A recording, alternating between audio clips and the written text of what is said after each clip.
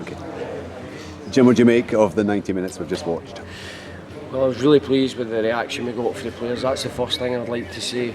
Last week, from myself, every player in the dressing room, it just wasn't good enough.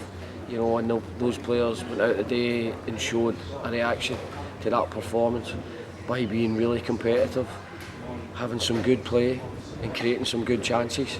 Unfortunately for us, they were a wee bit better than us inside the 18-yard box where it counts, because we made some really good opportunities today, but unfortunately we couldn't take them.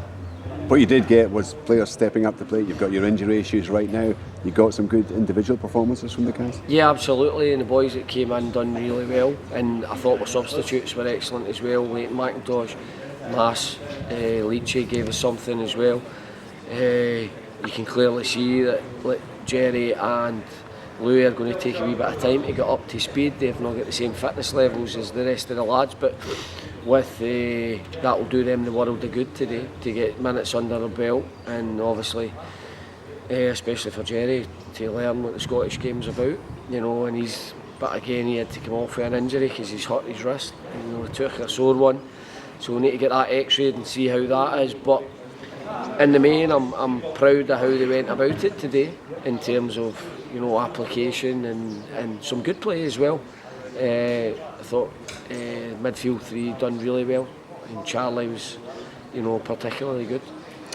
The penalty just on the stroke of half time, any complaints about the decision?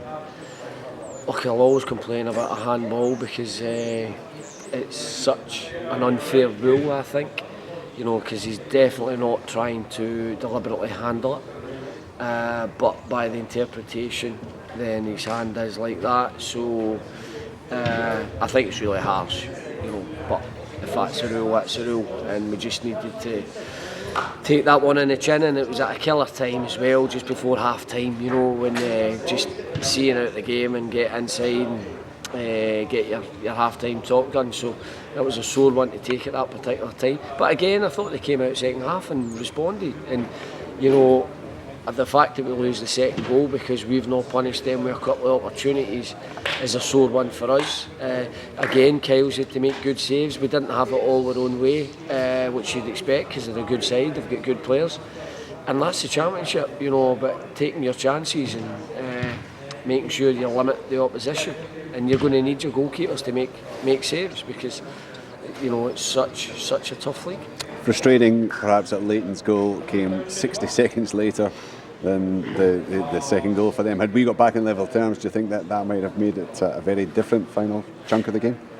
Yeah, I think so.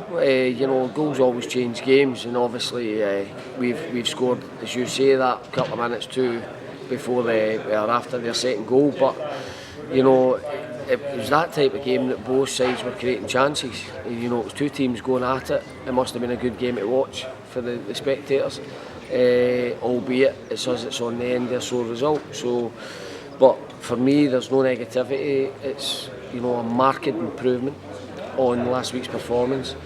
We got back to the team that played against Raith Rovers, where we're creating chances and being hard to break through.